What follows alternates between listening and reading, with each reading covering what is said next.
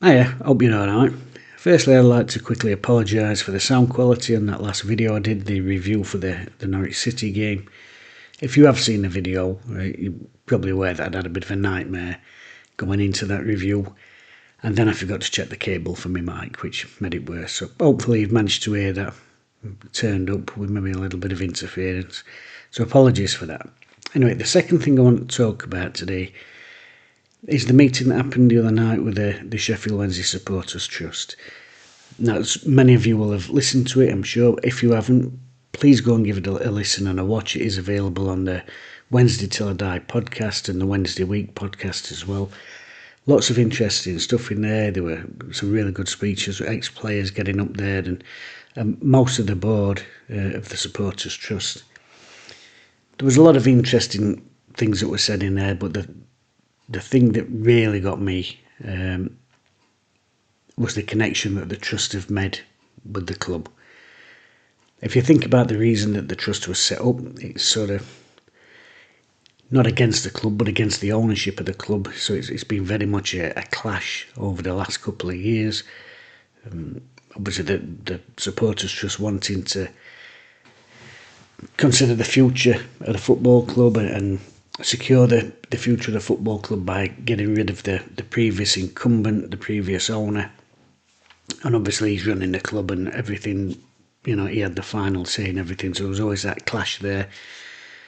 And it was a war, essentially. It was a war, which is why it was so warming to see some of the things that were said the other night about the club inviting the Trust in and helping create that relationship again. And some really good initiatives going forward. So a couple of things that I particularly picked out that really, I thought that's what it should be. That's what a relationship between the Supporters Trust and a club should be, between the supporters, full stop, really. Now, the first thing is the Trust have raised an incredible amount of money for the football club. And essentially, as I spoke about in another video, it's eventually working as a sponsorship. As we know from the previous owner, you can't just stick money into a football club with no questions asked. So over £78,000 the Trust has raised towards the continued running of the football club. And one of the ways that is going to look, is it's going to be sponsorship of the shorts for the play. So the Supporters Trust emblem is going to appear on the kit, on the players' shorts this season. So it's we're doing it properly. Lessons to be learned for somebody. So that's really good. Putting money into the club in a proper way, as well as all the spending that fans have been doing generally. And then in return, I've written them down here to remind myself, because there was quite a lot happening in that meeting. Mascot packages. The football club have agreed to do some mascot packages with the Trust, which is going to enable kids to get down there and become mascots for their team. Kids who probably in other circumstances won't get an opportunity, obviously got the pricing and everything else. And also tickets for underprivileged kids, which is going to be sorted out via the Trust from the club. And it's these little things that they fill your heart with joy, really, because that's what a football club is. It's about the supporters, always has been, always will be. And I've said this many times before, it's not even particularly about me, or probably you, given the viewing age of my videos, but it's about the future and these little initiatives that are now going to be worked between the Supporters Trust and the club. They lift my soul inside, they really do. They really do. The other thing that was interesting that came out of that is the Supporters Trust had made their own shirts, you may remember. Those shirts are now going to be sold in the club shop, with the proceeds going towards the Children's Hospital. Every bit of news that came out of that was really so heartwarming, and it's going along with the sensation and the general feeling that I've got about the club at the moment, which is one of massive positivity. And it's is paradox the right word? Because we're in administration. Within administration, we're on minus points.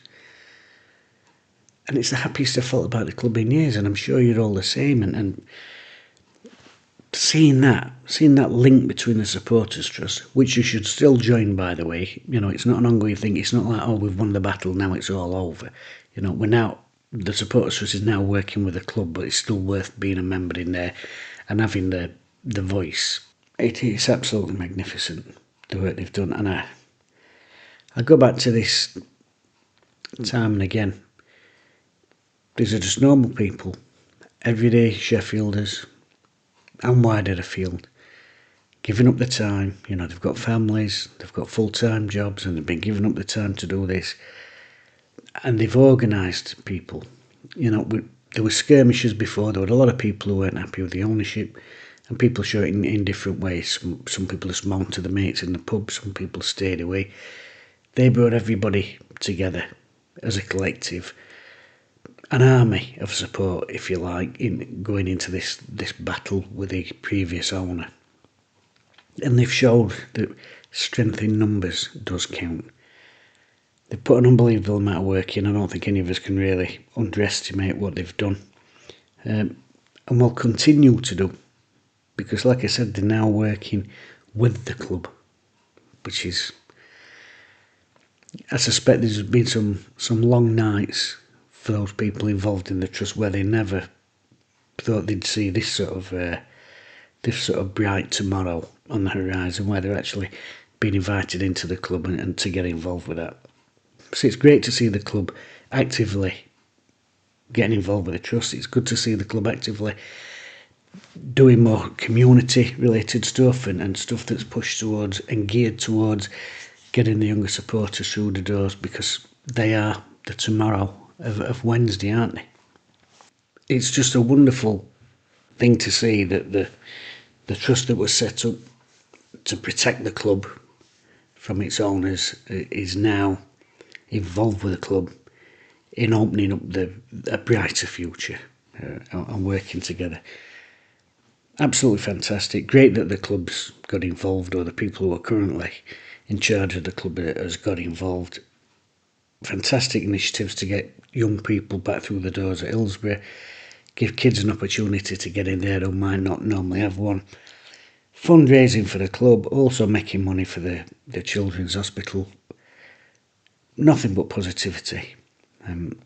But I go back again, and I must say a massive thank you to all the work that those people have put in throughout this battle and through the end game as was, and now into this future. And I'm really pleased for those people on the trust board who have put all that effort in, that the work that they're putting in now is positive work, because there's no doubt about it, the work they've been doing before will have been draining, will have been mentally draining and physically draining. As I said, all doing it on top of their everyday lives and jobs and everything else.